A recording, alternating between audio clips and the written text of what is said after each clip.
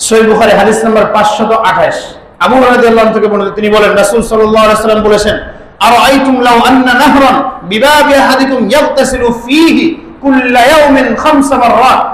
সাহাবীদেরকে জিজ্ঞাসা করছেন, তোমাদের কি মন্তব্য, তোমরা কি বলতে চাও যদি কোন লোকের বাড়ির সামনে 5টা নদী থাকে? কয়টা?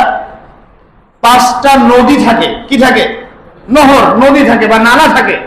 এই লোকটা প্রতিদিন 5 বার এই নদীতে গোসল করে, 5 বার এই নদীতে গোসল করে। হাল ইউবকা মিন দারিহি শাইউন, আল্লাহ রাসূল বলেন এই লোকের শরীরে কোনো কি ময়লা থাকার আর অবকাশ থাকে? সাহাবায়ে কেরামকে জিজ্ঞাসা করলেন আল্লাহ রাসূল সাল্লাল্লাহু আলাইহি ওয়াসাল্লাম। আল্লাহ রাসূল বলেন, ফাযালিকা মিসলু আস-সালাওয়াতিল খামস ইয়ামহুল্লাহু বিহিন্নাল খাতায়া। ঠিক তদ্রূপ 5 ওয়াক্ত নামাজের দৃষ্টান্ত, উদাহরণ হচ্ছে যে ব্যক্তি 5 ওয়াক্ত নামাজ পড়ে তার শরীর থেকে গোসল করলে যেমন শরীর থেকে ময়লা দূর হয়ে যায়, ঠিক তদ্রূপ 5 ওয়াক্ত নামাজ পড়ার কারণে তার অন্যায় খারাপ কাজগুলো এভাবেই দূর হয়ে যায়। সুবহানাল্লাহ।